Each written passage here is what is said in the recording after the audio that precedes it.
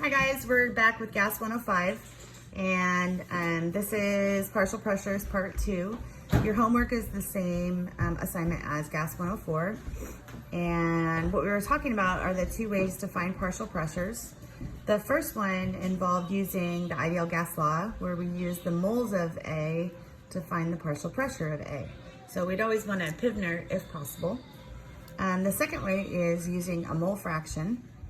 And for those of you who might need a reminder or a first lesson on mole fractions, the symbol for mole fraction is capital X, and then the subscript is whatever substance that we're talking about. So X, capital X of A would indicate the mole fraction of A.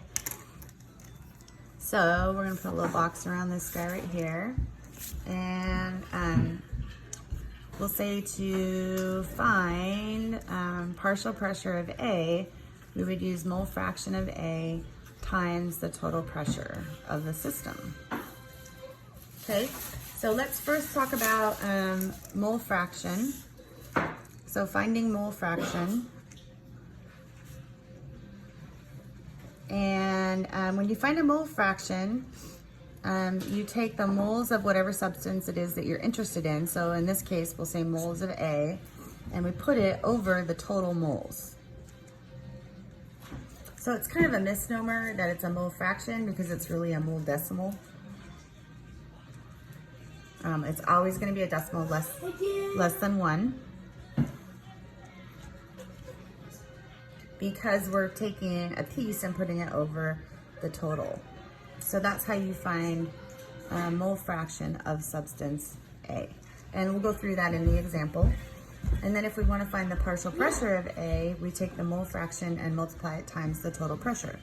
So some things to remember about this equation is that this represents the total pressure in the system. And this is the partial pressure of A.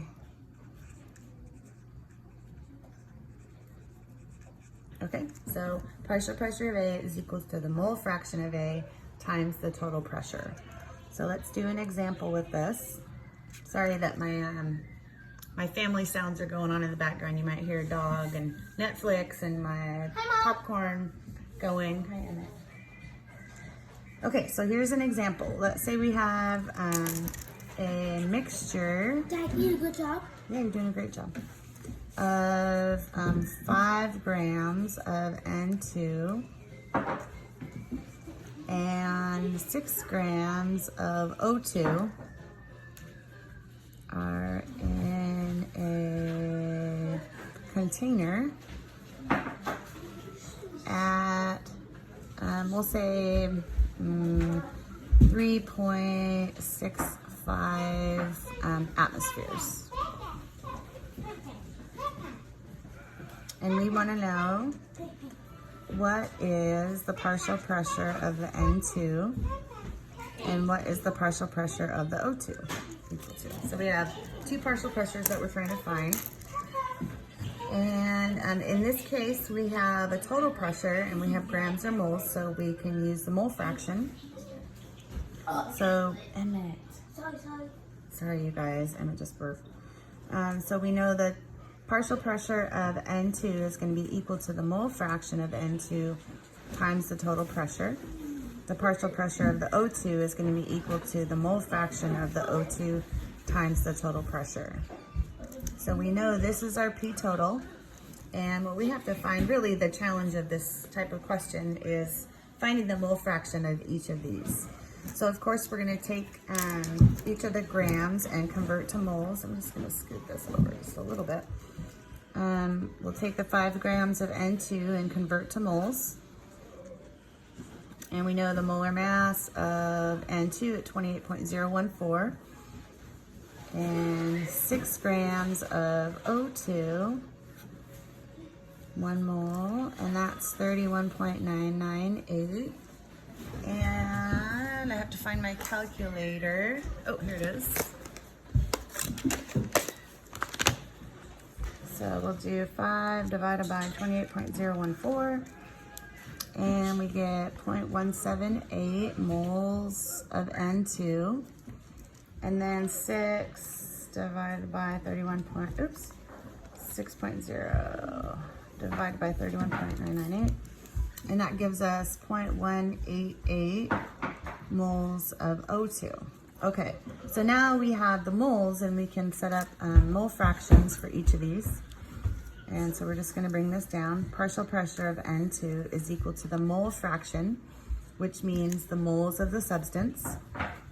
So 0.178 over the total moles. So I'm going to add these together, 0.178 plus 0.188 in your room, times the total pressure, which is equal to 3.65 ATMs. The partial pressure of the O2 is going to be exactly the same expression, except on the top we're going to put the moles of O2. So 0.188 moles of O2 over the total, 0.178 plus 0.188 times the total pressure. So we'll do 0.178 divided by 0.178 plus 0.188, close brackets, times 3.65. Okay, and this comes out to be 1.78 ATMs.